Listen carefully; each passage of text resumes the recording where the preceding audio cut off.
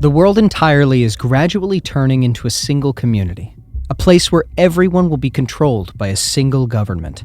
However, the government and democracy as it's seen now have been digitally influenced, and people have taken advantage of technology to weaken democracy. Internet pioneer, developer, and administrator of technology predicts, by 2030, I expect about 75% of the world's population to be enslaved by the artificial intelligence-based surveillance systems developed in China and exported worldwide. These systems will keep all citizens under control 24 hours a day, 7 days a week, tracking all the actions they take. In a Pew Research Center survey, about half of the experts responding to this canvassing said people's uses of technology would mostly weaken core aspects of democracy and democratic representation. But even those who expressed optimism often voiced concerns. Although, democracy still operates according to the supposed fairness. But the question is, what is the definition of fairness? Is democracy fairness really fair? Whether we like it or not, the definition of fairness is being controlled by some digital giant, although unknown to a lot of people. I really do not love accusations, but the different reports and leaked videos have proved that Google, the well-known tech giant, appeared to be algorithmically unfair. In 2019, a senior Google executive was caught in a secret video that suggested the company is trying to prevent the next Trump situation in the 2020 presidential election.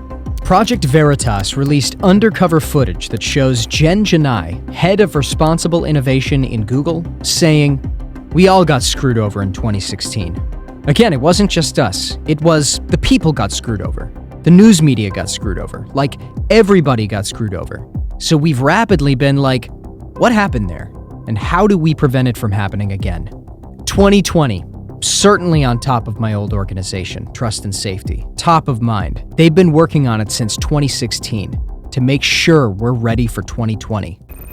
We are also training our algorithms. Like, if 2016 happened again, would the outcome be different? In the same video, Janai continues to criticize Elizabeth Warren's proposal to split Google into two companies. What for? Look at this quote. "All these smaller companies who don't have the same resources that we do will be charged with preventing the next Trump situation. It's like a small company cannot do that." A company insider also gave a document showing Google's explanation of algorithm unfairness to Project Veritas, which appeared to express liberal deception about the tech giant. A document released by the alleged insider has language about addressing improper or biased treatment, stating that even if the research results are indeed accurate, it will be necessary to think about how we can help society achieve a state of justice and equality by product intervention or extensive corporate social responsibility efforts. What the statement meant is that Google wants to step up and define fairness and equitability because it determines how to apply algorithms to users' search results. After the video was publicly released, although it has been removed from YouTube, Janai claimed the language she used was imprecise in a casual chat, and also said she was in a meeting at a San Francisco restaurant with some people who claimed to be from a mentoring program for young women. However, a clip out of the investigations by Project Veritas into Silicon Valley further affirms the conservatives' accusation of Google using its search results to influence the political views of people.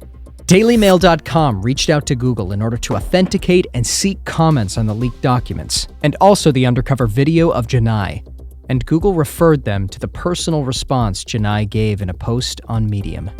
In her response on Medium, Janai said, "In late May, I accepted an invitation to meet with a few people who claimed to be from Two-Step Tech Solutions. They said they wanted to chat to me about a mentoring program for young women of color in tech, an area I've long been passionate about. Unfortunately, I now know that these people lied about their true identities, filmed me without my consent, selectively edited and spliced the video to distort my words and the actions of my employer, and published it widely online," she added. In the clip, there was also a question concerning AI. Although unknown, Jen Janai responded that The reason we launched our AI principles are because people were not putting that line in the sand, that they were not saying what's fair and equitable. So we're like, well, we're a big company. We're going to say it. People who voted for the current president do not agree with our definition of fairness. Later, Project Veritas leaked another report, which they said was an email from a Google employee.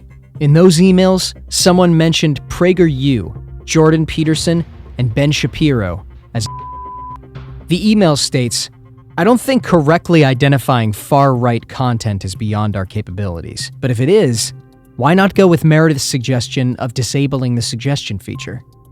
Based on their report, they say it means that they should be removed from the recommended content. To end it all accusations to dominate the opinion of everybody and interfere in democracy were pinned on a company referred to as